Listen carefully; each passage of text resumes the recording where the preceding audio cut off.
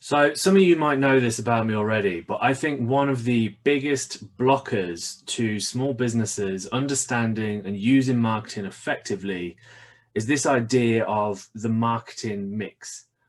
If you've ever learned anything about marketing, if you've done it at a university, if you've worked in an agency, if you've been to a big business and worked in their marketing department, you will have heard this term. And the marketing mix as a term implies that we have to use lots of different tactics within marketing to generate results. Now, that is a corporate mentality, and I'm not knocking it for corporates. It's a part of their everyday language and what they use. But this has trickled down into small businesses' lingo and the way that they think, and also the way that small business agencies think when they propose things to the businesses themselves.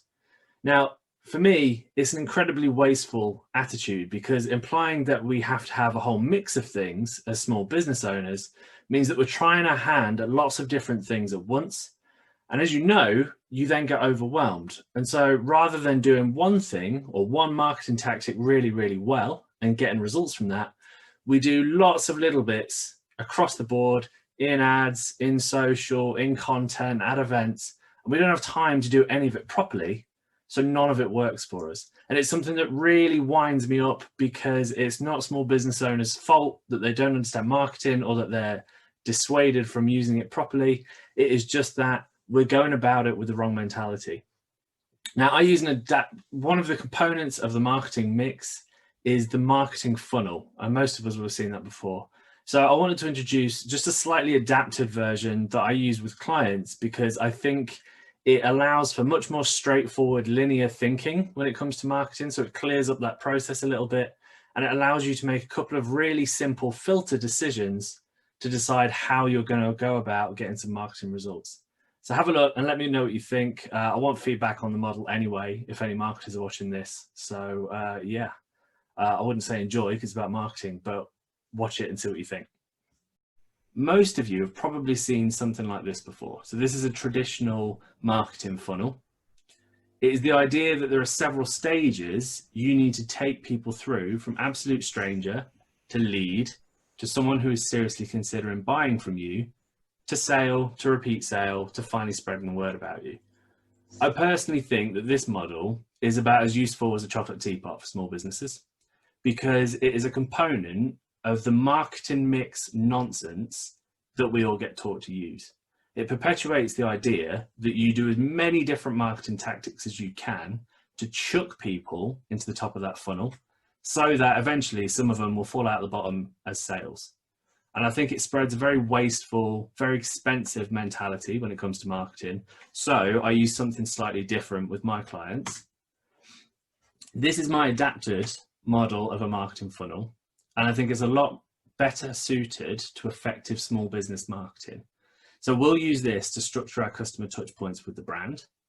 And you'll see at the front there, you've got a lead generation strategy. So that's the thing that you do to tempt people to sign up to your newsletter, product information, whatever it is.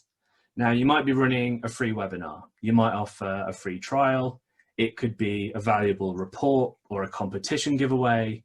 It is an offer to get people to take enough of an interest to give you their details. And that is to help you build your own interested audience. So that is a key to this model, is that thing, the lead generation strategy is designed specifically to get people to give you their details.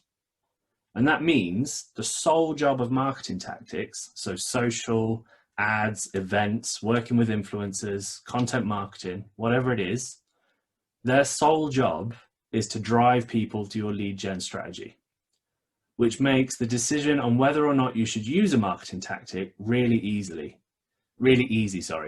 because all you do is ask yourself, can it drive a relevant audience to my lead gen strategy? Yes, great, we'll use it. No, no thanks, not interested. So we're moving away from being small business owners that are constantly bombarded with other people's opinions on what we should be doing for our marketing, because we've now got a really easy filter to determine whether it's going to be relevant to us or not. Can it drive relevant traffic to our lead gen strategy?